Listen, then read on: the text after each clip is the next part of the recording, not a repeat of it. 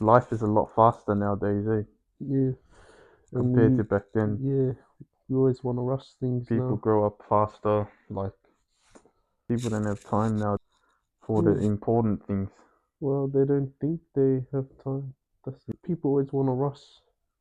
I always look at it from a perspective of a believer, Mm. like, because that's who the Bible's talking to.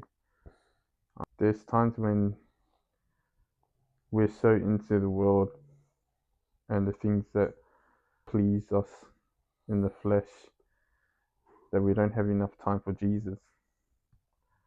And we give a lot of our time to things of the world. We give all our attention to the world. 5 days a week we're at work, and then Saturday is family time, and then Sunday we decide it's time for Jesus. Those small 3 hours of the Sunday. And obviously not everyone, but we've all felt like we haven't spent enough time with Jesus, and we've spent more time doing our own ways, doing things that please us, less time in the spiritual side of things and more time in the flesh. Mm. I know a lot of people um, think that um, just because they spent those 3 hours, they're saved. It's actually not enough. In the past, I've had moments where I only go to God, I only pray when something really bad happens, or I only really pray when I need something, and then after that, I could go a whole month without praying. Actually, no, not a whole month, but maybe I can go a whole week without praying, like really praying. I know most of us say prayers before we eat, things like that, but I mean, like, you got to think, when's the last time you really prayed, like properly prayed? Yeah, Those that's a desperate ones. good question. It's Mm, always when you're down. yeah, Yeah, I've done many prayers with no um soul, no spirit. yeah. We got to pray from the heart. We got to be sincere in everything we say, and we got to Mm. say the right words. Yeah, you just have to pray um within yourself, because that's where Jesus is.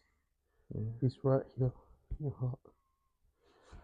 And yeah, if you pray from there, he knows you care, because you're speaking to someone you look up to. When you speak to like someone you look up to, you feel emotional.